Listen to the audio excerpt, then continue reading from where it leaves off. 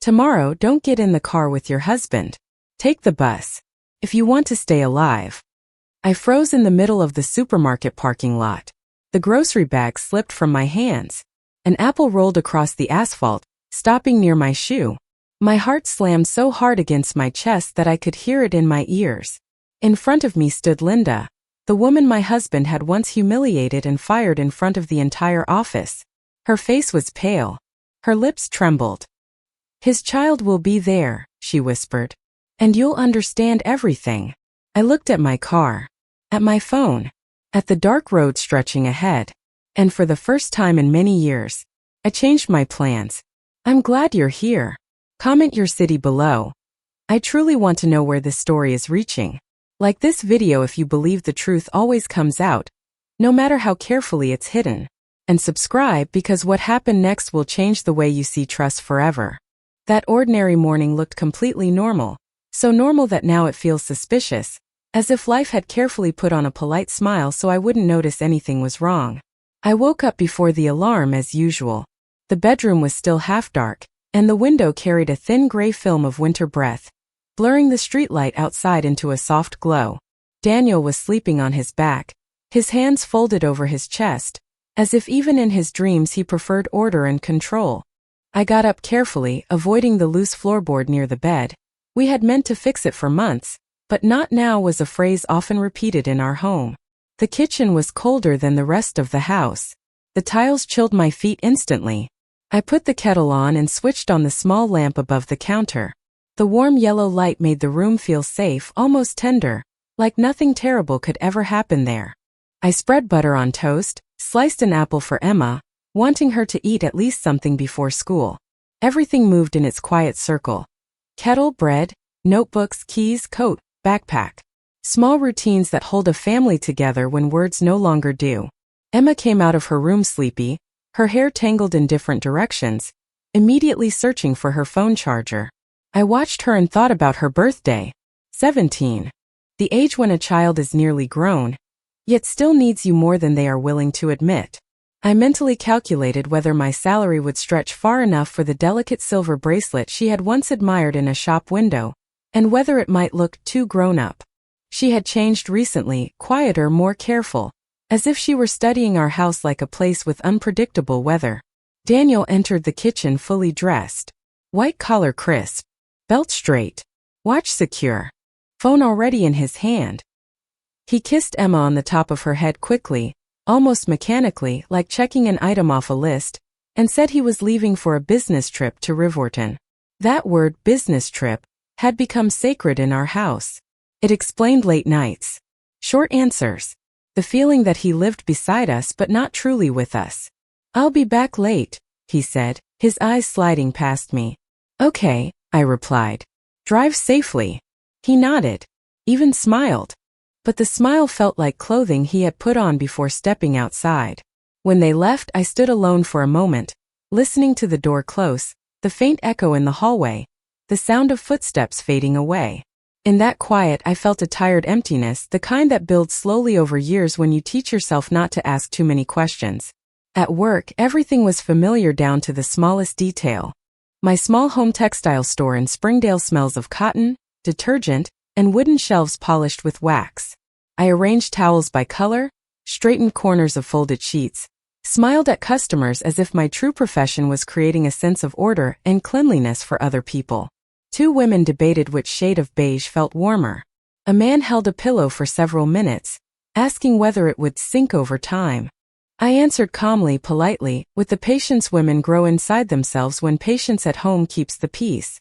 Around noon, I remembered I needed to buy birthday candles for Emma's cake. A list began forming in my mind. Candles, a card, perhaps that bracelet, or maybe the book she had mentioned. I even thought maybe we'll have a small dinner, just the three of us. The idea brought a quiet comfort, as if the future was still obedient and had no right to shift suddenly. Near the end of my shift, I checked my phone. A message from Daniel. "Don't forget. Tomorrow I'll pick you up. We'll go together."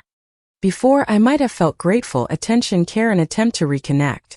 But after Linda's words, which felt lodged beneath my ribs like ice, it read differently. Not an invitation. An arrangement. That evening we sat again in the kitchen. Tea. Cups. Emma over her homework. Daniel scrolling through his phone, the light from the screen casting sharp shadows across his face. I watched his hands, the same hands that once held mine so firmly I believed nothing could ever harm me. Now those hands held his phone instead of me. And I remember thinking, almost with relief, we're just tired. This is temporary. All marriages go through seasons. I did not know it was the last peaceful day of my old life. That same night, after the dishes were dried and put away, after Emma's bedroom door clicked softly shut, after the house exhaled into its familiar evening silence, the doorbell rang. It was 9:17 p.m. I remember the exact time because I looked at the clock automatically, irritated at whoever thought it appropriate to visit that late. Daniel was in the living room, the television murmuring low commentary from some financial news channel. The blue light from the screen flickered across his face, making him look sharper, almost metallic. "I'll get it," I said. He didn't protest. He rarely involved himself in interruptions. When I opened the door, Linda stood there under the porch light. She looked smaller than I remembered. Her coat hung loosely on her frame, as if she had lost weight recently. Her hair, once carefully styled, was pulled back carelessly. And her hands would not stop shaking. She clasped them together tightly, pressing her fingers into her palms as if trying to control her own body. "What are you doing here?" I asked quietly. "I didn't know where else to go," she replied. Her voice was not dramatic. It was thin, strained, as though she had rehearsed these words and still wasn't sure she would survive saying them. I stepped outside and pulled the door almost closed behind me, leaving only a narrow crack. I did not want Daniel overhearing. "He wants to control you," she said immediately. "No greeting. No small talk. That's why he suddenly offered to drive you." The word suddenly echoed in my mind. Yes, it had been sudden. For years he had been too busy, too occupied, too important. "Control me how?" I asked. Linda glanced toward the street, then back at me. The street was empty, quiet, but she looked as if she expected someone to be watching from the shadows. "You started asking about the accounts," she said. "About the transfers. You noticed." My throat tightened. Last week I had mentioned a withdrawal, an amount that didn't align with our usual investments. Daniel had dismissed it so quickly I had felt foolish for bringing it up. "It's restructuring," he had said. "You wouldn't understand the mechanics." I had nodded. I always nodded. "He's afraid," Linda continued, "because once you see everything you won't stay quiet." "What is everything?" My voice sounded steadier than I felt. She swallowed hard. "There's another household," she said. "And it's not new." The porch light hummed faintly above us. I became aware of my own breathing. "You're lying," I said automatically. Not because I believed she was lying, but because I needed her to be. "I wish I were," she whispered. Her eyes glistened, but she forced the tears back. There was no hysteria in her, only exhaustion. "I handled payroll, expense approvals, insurance paperwork," she continued. "At first I thought it was creative accounting. Then I saw the repetition. Repetition. School tuition payments, pediatric appointments, a mortgage in Riverton." Each word felt like a stone placed carefully in my hands. "He has a child," she said softly. "And you were starting to get too close to finding out." My heart began pounding so loudly that I felt it in my ears. Inside the house, the television volume increased slightly. Daniel adjusting it, perhaps wondering why I hadn't returned. "And tomorrow?" I asked. She hesitated. "He insisted you go to Riverton with him." "Yes. There are documents being finalized. Property transfers. Insurance revisions." I felt something cold settle into my stomach.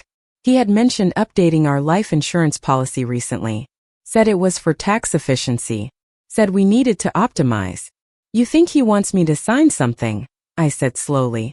"I think he wants you cooperative," Linda replied. Distracted. Calm. "And if I refuse?" She held my gaze. "Then he adapts."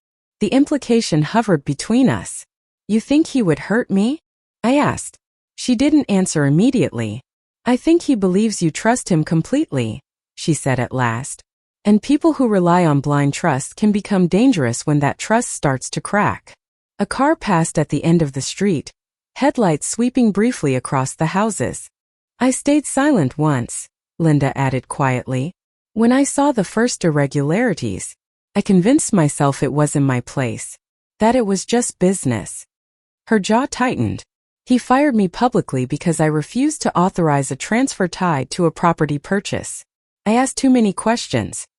The memory flickered in my mind. Daniel coming home furious, saying she had been insubordinate, that she embarrassed him in front of partners. If you get in that car tomorrow, she said, her voice barely above a whisper now, you could lose more than money.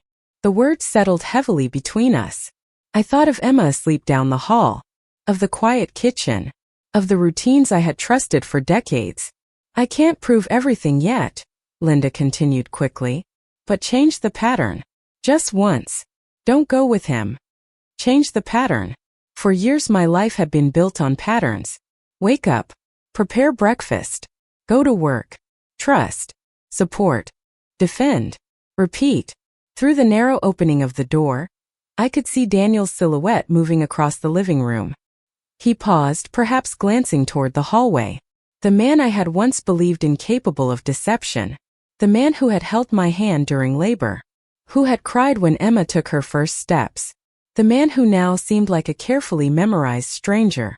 If you're wrong, I said slowly, you're destroying my marriage. If I'm right, she replied, it's already destroyed. She stepped backward off the porch. I don't want anything from you, she added. I just don't want you walking into something you don't see. Then she turned and disappeared into the darkness of the street. I stood there longer than I should have, the cool air pressing against my skin. When I finally went inside, Daniel looked up. Everything okay? He asked casually. Yes, I said. But my voice felt unfamiliar. That night I lay awake beside him, listening to the rhythm of his breathing. Steady. Even. Mine was not. I replayed conversations from the past year. His subtle corrections when I spoke in public. You're overthinking. That's not how business works. You don't need to worry about that. Small phrases. Small adjustments. Gradual isolation disguised as protection. Emma turned in her sleep down the hall. The house creaked as the temperature dropped. Beside me, Daniel shifted slightly, his arm brushing mine. For years, that touch had meant safety. Now it felt like proximity. And in the dark, I understood something I had been avoiding for a very long time. This wasn't just betrayal. It was strategy. And I had been living inside a plan that was never designed for my benefit. The next morning, I stood in the hallway and watched Emma tie her shoelaces. It was such an ordinary, harmless movement. The loop of the lace, the careful pull, the tightening of the knot. But my hands were trembling as I pretended to search for my purse on the small console table. She didn't notice.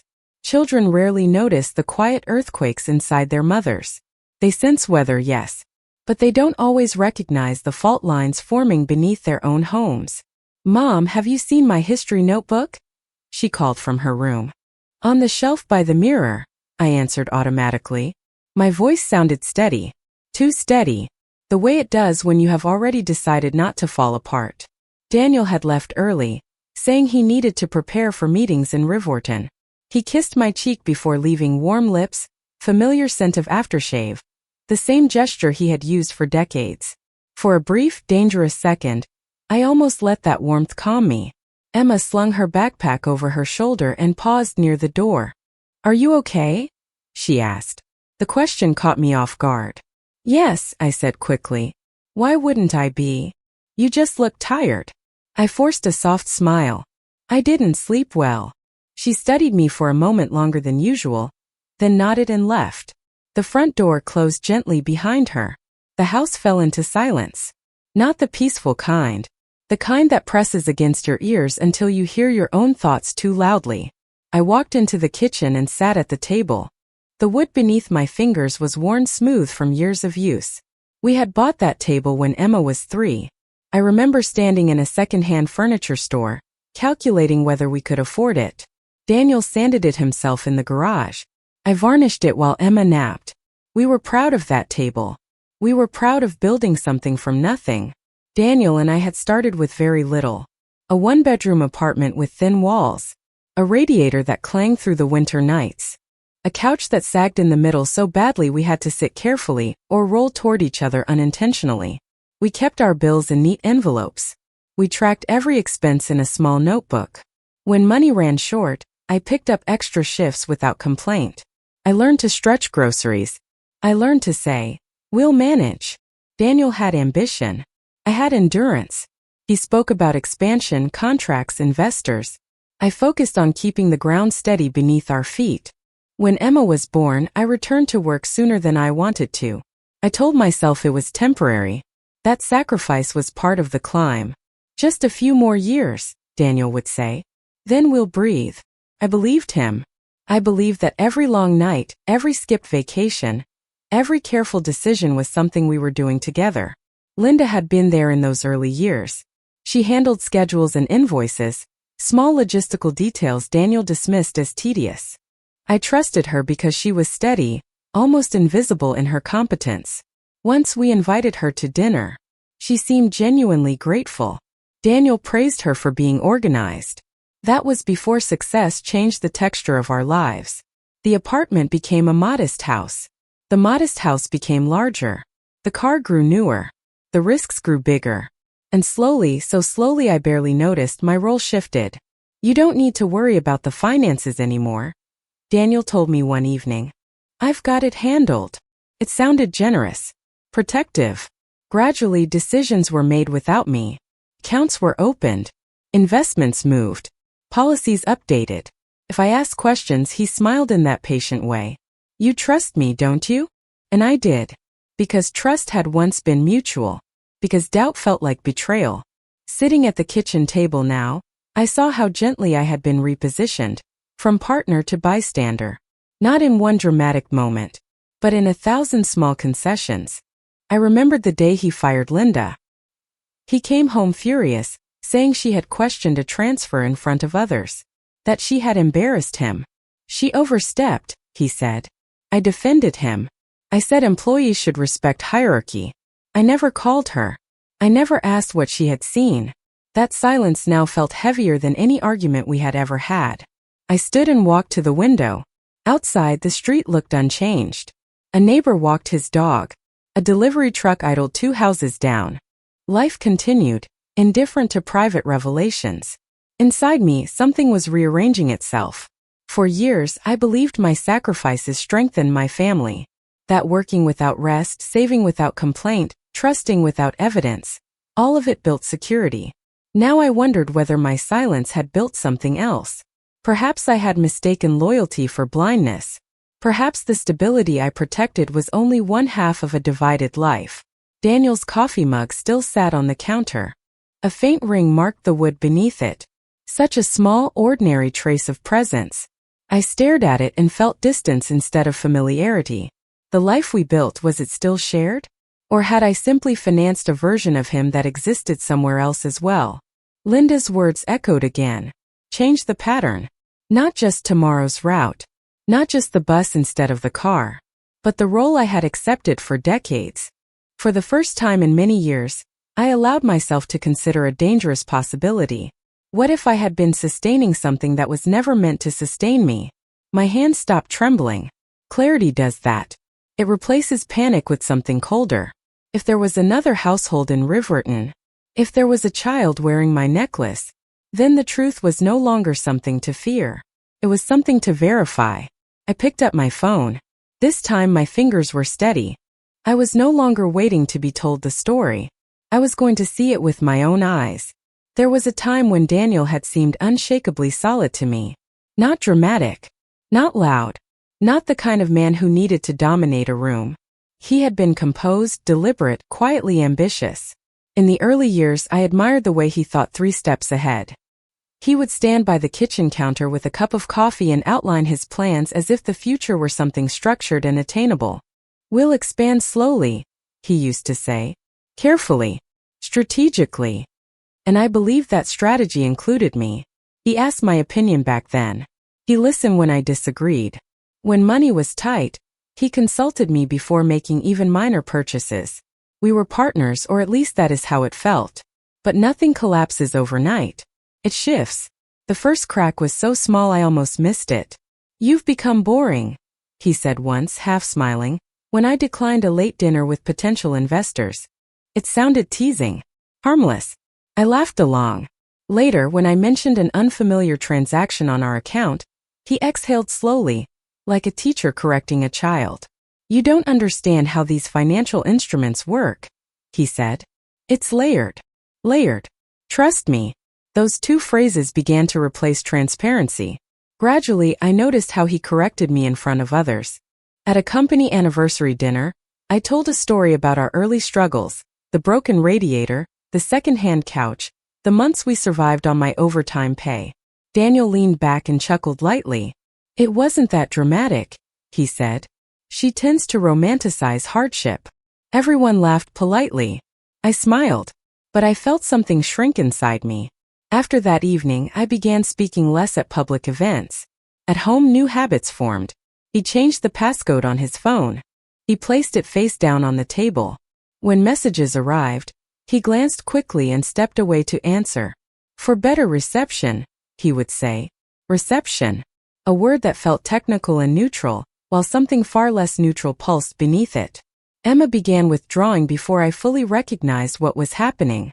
She stopped running to him with stories from school. She watched his moods carefully. Once, when he raised his voice about something trivial, a light left on a misplaced receipt, she stiffened visibly. It wasn't fear. It was anticipation.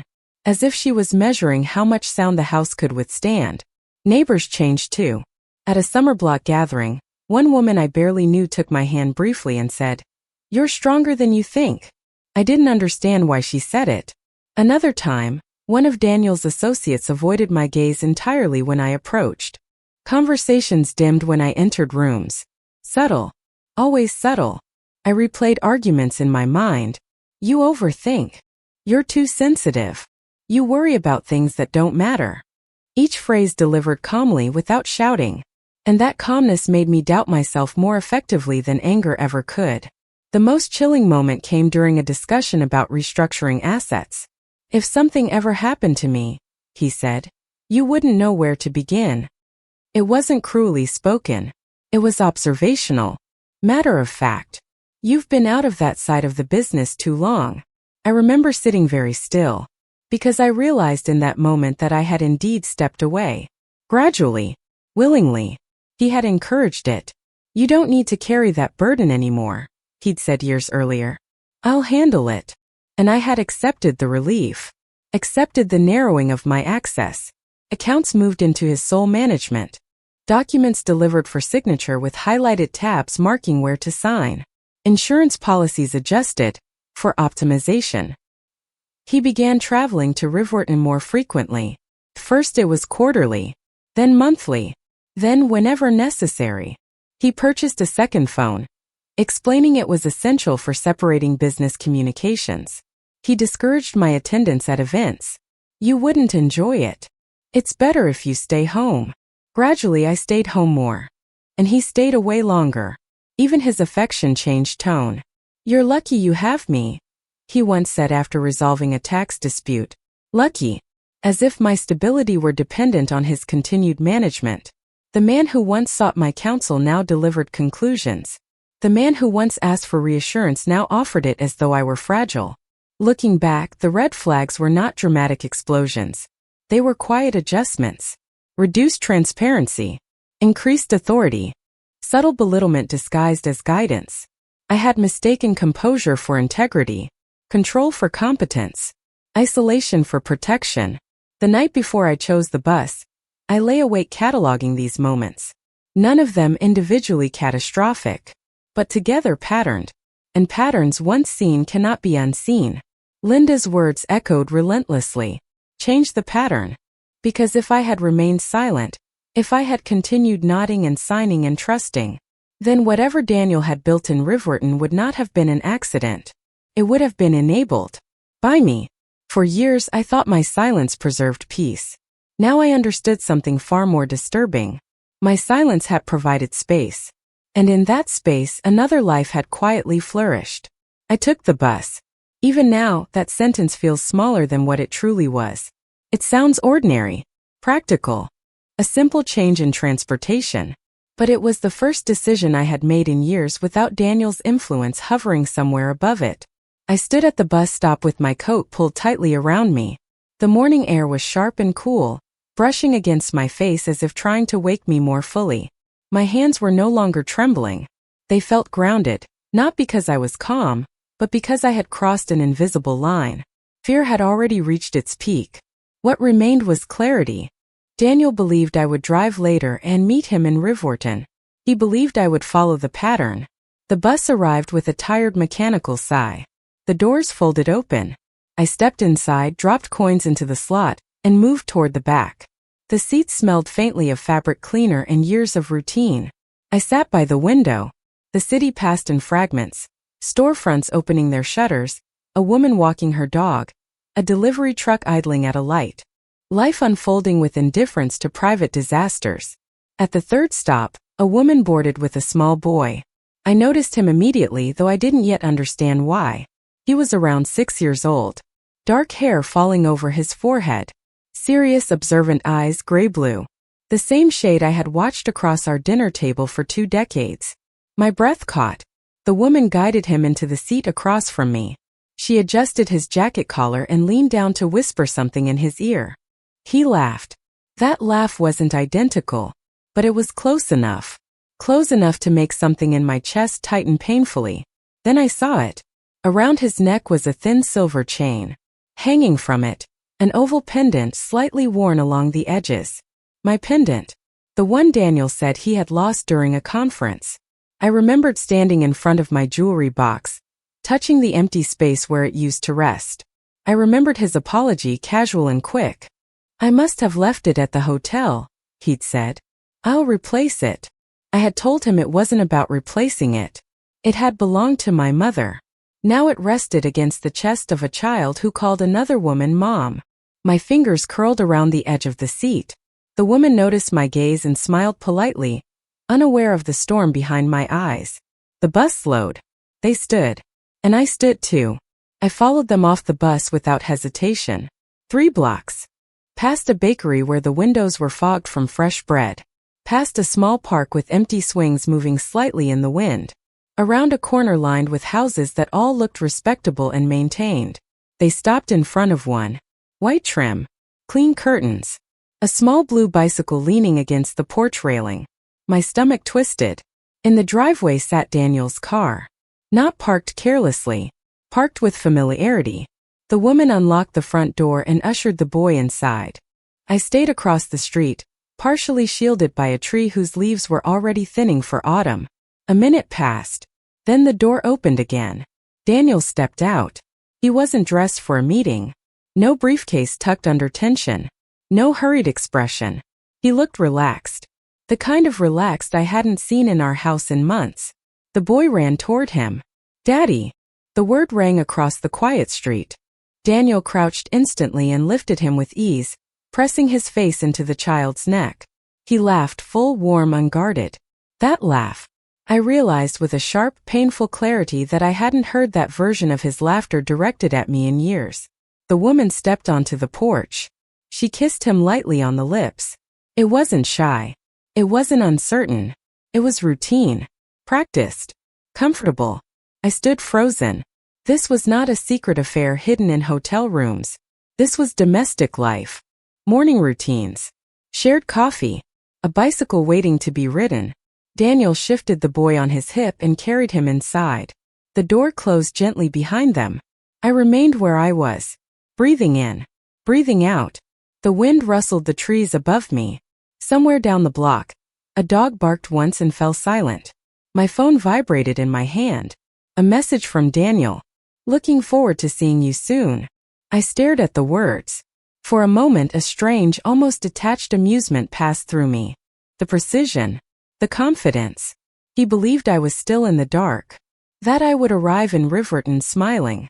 That I would sign whatever document was placed in front of me. That I would return home unchanged.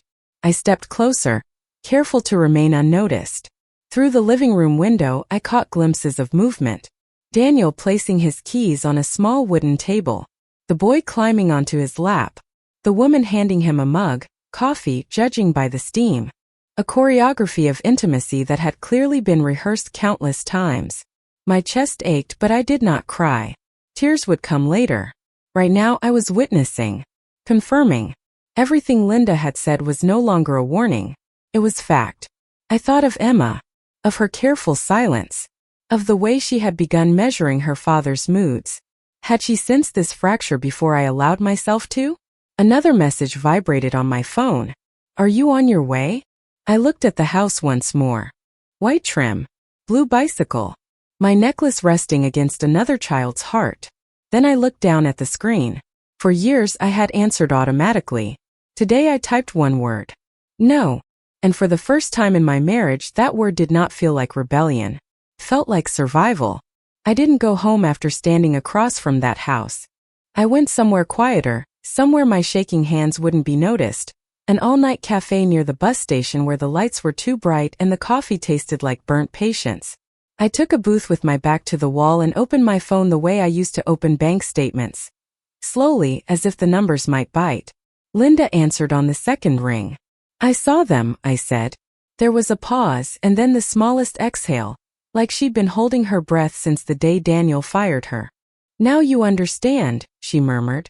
I need proof, I told her. Not suspicion. Not a feeling.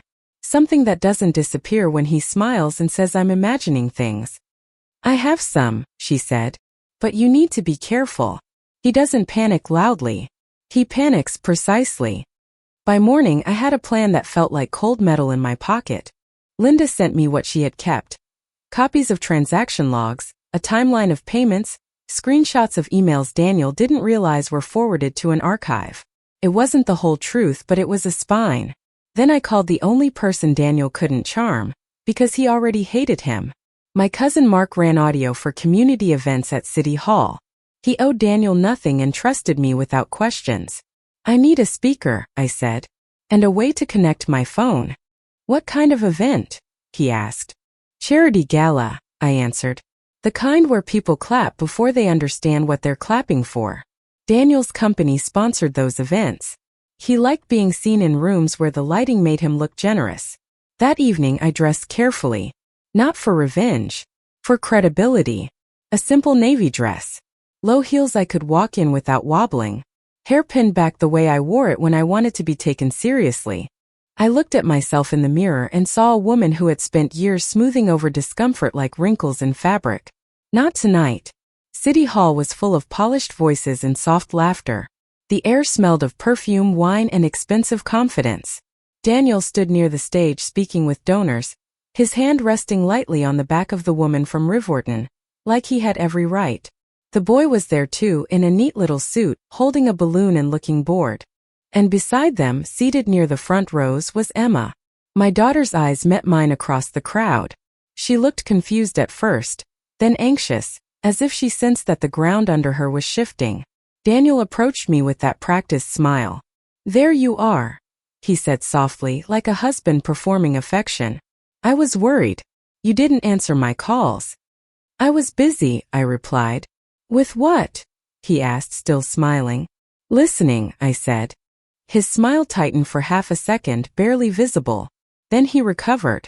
After the speeches we'll talk, he said. Privately. No, I answered. We'll talk here. Mark caught my eye from the side of the stage and gave the smallest nod. The equipment was ready. The host tapped the microphone, called for attention, and introduced Daniel as a community leader and devoted family man. People clapped. Cameras rose. Daniel adjusted his jacket like a man preparing to accept praise. He stepped to the microphone. And that was when I walked toward the stage. At first people assumed I was part of it. The supportive wife. The graceful partner. Daniel's eyes narrowed as he realized I wasn't stopping. Sweetheart, he said through clenched politeness. What are you doing? I'm telling the truth, I replied. I took the microphone from the stand before he could block me. My hands were steady. That surprised even me. There was a ripple of uncertain laughter, the kind people use to protect themselves from awkwardness. I'm sorry, I said, my voice carrying farther than I expected. I know this isn't how evenings like this usually go. Silence pressed in. I looked at Emma first. Then I looked at the room. My husband has been living a second life in Riverton, I said. And he's been financing it with money taken from our family accounts. Daniel surged forward, his smile gone now. That's enough, he hissed. I raised my phone toward Mark, who had already connected it. A small click sounded through the speakers. Then Daniel's voice filled the room. Recorded, calm, unmistakable. She'll sign. She always signs. Just put the tabs where she needs them. A murmur moved through the crowd like wind through dry leaves. Daniel's face drained of color. That's fake, he shouted. I tapped again. Linda's documentation appeared on the screen behind me. Bank statements, dates, transfers labeled for school fees, medical, mortgage. A timeline. Not opinion. Not emotion. Numbers. The room made a collective sound, something between shock and disbelief. Emma rose halfway from her chair, one hand covering her mouth. Daniel reached for the microphone, but Mark quietly stepped between him and the cables as if he were adjusting equipment. This is private, Daniel barked at me. You're humiliating yourself. No, I said. I've been humiliated in private for years. Tonight, I'm simply not hiding it anymore. Then Linda stepped forward from the side aisle. People recognized her. Daniel's former assistant. The woman he had fired publicly. She walked to the front with her shoulders squared, her face pale but controlled. I kept records, she said into the microphone when I handed it to her. Because I knew he'd rewrite reality the moment anyone challenged him. Daniel turned toward her, rage flashing. You have no right. I have every right, Linda said, her voice steady. You used the company accounts, you used her signature, and you used intimidation to keep everyone quiet. The cameras captured everything. Daniel's expression cracking, the donors whispering, the host frozen in place, unsure whether to intervene. Then a woman in the front row, someone from the board, stood up and said loudly enough for everyone to hear, "Is this true?" Daniel opened his mouth. Nothing came out that could compete with the recordings. He tried again. Those statements are manipulated, he said, voice rising. This is a personal matter. And that child? Someone asked, pointing. The boy looked up, confused, still holding his balloon. Daniel's throat moved as he swallowed. I didn't look at the boy again. I couldn't. My focus stayed on Emma because she was the one I needed to protect now. I walked off the stage slowly and stood beside her chair. Emma's face was white. "Mom," she whispered as if my name might break. "I'm here," I said quietly. "I'm not leaving you." Behind us, the room buzzed with the sound of consequences forming. The silence after the applause felt heavier than the applause itself. It wasn't celebration. It wasn't support. It was consequence settling into the room. Slowly, like dust you don't notice until the light hits it the wrong way. People didn't rush toward me. No one hugged me. Most of them did what people always do when they witness a truth that makes them uncomfortable. They stepped back, created space, began speaking in low voices to protect themselves from being pulled into it. Daniel stood a few feet away, but it felt like a different lifetime. His face hadn't softened. It hadn't broken. It had shifted into something I recognized from the years I spent watching him negotiate contracts. Recalibration. He wasn't grieving. He was calculating. "This isn't over," he said quietly as the crowd dissolved into anxious pockets of conversation. "It is for me," I replied. He looked past me toward Emma. "Let's go home," he said to her, as if this were a misunderstanding that could be corrected with a calm drive and a closed door. Emma didn't move. She stayed beside me. And that single decision, her choosing to stand with me in public, did something Daniel could not control. It rearranged the room. It turned his story into something everyone could see for what it was. Not a conflict between spouses, but a father trying to pull his daughter back into silence. A board member approached him first, then another. Their voices were low but firm. I caught fragments as they formed a tight cluster around him. Immediate review. Access suspended. Formal investigation. Daniel's jaw tightened. He nodded once, the way he nodded when he wanted to appear cooperative while planning his next move. The woman from Riverton was already gone. I didn't see her leave. She simply vanished, as if she had been trained to disappear the moment a room became dangerous. The boy's balloon, bright, cheerful, wrong in that setting, lay abandoned near a chair, rolling slightly when people passed. The sight of it hit me in an unexpected place. He was innocent. Whatever Daniel had built, that child hadn't asked to be born into deception. Emma's fingers found mine. They were cold. "Did you know?" she asked, barely above a whisper. "No," I said. "But I should have looked sooner." She nodded slowly. That nod held more than agreement. It held disappointment, quiet, controlled, but also recognition, as if she were finally naming something she had felt for a long time but didn't have language for. We left together. Outside, the night air felt sharper, cleaner. I inhaled deeply and realized I had been breathing shallowly for years, as if taking up too much air might provoke someone. City Hall's lights glowed behind us, and the sound of the gala continued like a party trying to pretend it hadn't been interrupted by reality. Daniel didn't follow us. He stayed inside to fight for what he could still salvage. The next days came in waves. Calls I didn't answer at first because my body expected punishment for stepping out of line. Messages from people who wanted to sound supportive without becoming involved. Carefully worded texts that said everything and nothing. "Thinking of you. Hope you're okay. Let me know if you need anything." No one wrote publicly about Daniel. No one defended him loudly. People who had once called him a leader suddenly became very busy. A letter arrived on official letterhead. Daniel placed on immediate leave pending an internal investigation. Another followed. A request for documentation, a formal acknowledgement that funds may have been misallocated. The language was clean and professional, and that cleanliness made it more brutal. It meant this wasn't gossip. It wasn't drama. It was process. Emma stopped talking for a while. Not in a childish way.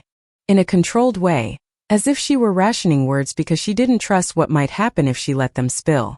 She moved through the house quietly, opening and closing doors with care. I found her one evening at the kitchen table, staring at the wood grain as if it contained a map. "I feel stupid," she said suddenly. "You're not," I answered immediately. "I saw things," she whispered.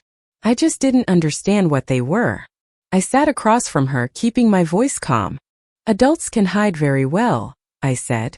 "Especially from themselves. And children learn to adapt before they learn to accuse."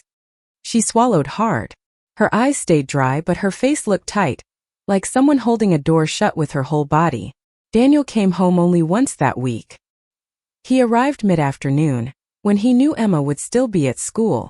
He moved through the house like a man collecting items from a hotel room. Efficient. Careful. No anger loud enough to leave evidence. He filled a suitcase and a garment bag. He didn't touch the framed family photos on the dresser. He didn't look at them long enough to remember. When he reached the doorway, he paused and looked at me the way he used to look at paperwork, assessing. "You could have handled this privately," he said. "I did," I replied. "For years." His nostrils flared slightly. That was the only sign of emotion he allowed. "You've humiliated yourself," he said, as if shame were a weapon that still worked. "I've stopped hiding," I answered. He didn't argue. He didn't apologize. He simply left. The front door closed without force, without drama, without a final sentence that could give him the last word. I expected collapse after he was gone. Instead, I felt something I hadn't felt in a long time. Space. The house was quieter, but the quiet wasn't tense. It wasn't loaded. It was simply empty of his pressure. Emma began speaking again in small doses. She talked about college applications as if anchoring herself to a future. She asked if she could apply out of state. I said yes without hesitation, and it startled her, that quick permission. Then she smiled, just a flicker. And for a moment I saw the girl she used to be before she learned caution. Daniel's fall did not happen in one dramatic crash. It dissolved. Sponsors withdrew quietly. Invitations stopped. The investigation found misconduct and misrepresentation. Words that sound polite until they strip a man of credibility. His name disappeared from programs and newsletters. His office was reassigned. People who once laughed at his jokes began avoiding his calls. And inside me something settled. Not rage. Not triumph. Relief. The fear that had lived under my ribs for years. The fear of asking questions, of being difficult, of disrupting peace, evaporated. In its place was a steadiness that didn't require anyone's permission. One evening while I was washing dishes, Emma came into the kitchen. "Are we going to be okay?" she asked. I turned off the water and dried my hands slowly, giving the question the respect it deserved. "Yes," I said. And this time it wasn't hope. It was certainty. We wouldn't live in luxury. We wouldn't attend galas. But we would not live inside a lie. That night after Emma went to bed, I walked through the house and opened the windows slightly, letting cold air move through each room like something cleansing. I took down a few framed photographs, not to erase history but to stop pretending it had been whole. When I lay down alone, the silence didn't feel predatory. It felt honest. And I understood something simple, almost tender. Freedom doesn't arrive loudly. It settles like air in a room that has finally been opened. A year passed more quietly than I expected. Not gently. Not without paperwork, tension, and long evenings at the kitchen table with documents spread in careful stacks. But honestly, the first months after Daniel left were practical in a way that almost numbed emotion. Meetings with lawyers, financial reviews, account transfers. I sat across from advisors who spoke in patient, measured tones, explaining structures I had once understood but had allowed someone else to manage. I listened without embarrassment. I asked questions without apology. And when one young consultant tried to simplify an explanation too much, I stopped him. "I understand compound interest," I said calmly. "Please continue." He adjusted his tone immediately. "There is something powerful about reclaiming language that was once used to exclude you." Daniel's removal from leadership became official within weeks. The board's investigation concluded with phrases like misallocation of joint funds and breach of fiduciary duty. Clean words. Controlled words. They sounded almost polite, but they were final. The divorce proceedings were not theatrical. No slammed doors. No raised voices across courtrooms. We sat in separate rooms, signed separate documents, divided assets according to law, not emotion. There was no apology. And strangely, I no longer needed one. Emma left for college in the fall. The morning we loaded her car, the driveway felt both too full and too empty at the same time. Boxes labeled in her neat handwriting, bedding folded with precision, a small plant she insisted on bringing with her. When we hugged, she held me tightly. "I'm proud of you," she said quietly. "For what?" I asked. "For not pretending anymore." After she drove away, I stood there longer than necessary. The house behind me echoed, but the echo didn't feel like abandonment. It felt like space waiting to be redesigned. I sold the larger property earlier than most advisors recommended. Wait for the market to recover, they said. Stabilize before making emotional decisions. But this wasn't emotional. It was intentional. Those walls had absorbed too much silence. With the equity and my remaining savings, I rented a modest corner space in Springdale. 2 wide windows, worn wooden floors, afternoon sunlight that fell across the room in long golden lines. I opened a small home textile shop, not as an employee this time, as the owner. The first day I stood inside the empty space, keys in my palm, I felt something unexpected. Not fear. Responsibility. The shelves were simple, painted by hand. The inventory carefully chosen, durable cotton sheets, thick woven towels, linen tablecloths that soften with time instead of fraying. Practical things. Honest things. Linda works with me now. Not because I saved her. Because we chose each other. When I offered her the partnership, she hesitated. "Are you sure?" she asked. "Yes," I said. "I prefer women who ask questions." We laughed. The sound was lighter than any laughter I remembered from the past few years. We do not earn what Daniel once did. We do not travel first class. But customers return. They linger in the doorway. They run their hands across fabrics. They tell us small stories about their homes, their daughters, their kitchens. Trust enters the shop quietly. Not demanded. Earned. Emma calls every Sunday evening. She tells me about lectures, about learning to introduce herself without attaching her father's reputation to her name. "I like being just Emma," she told me once. So do I. Sometimes I close the shop at dusk and remain inside a few extra minutes. The air smells faintly of cotton and clean wood. The street outside softens into evening traffic. I turn off the lights one by one. No hidden accounts. No second houses. No rehearsed affection. Peace is not dramatic. It does not announce itself. It is simply the steady absence of fear.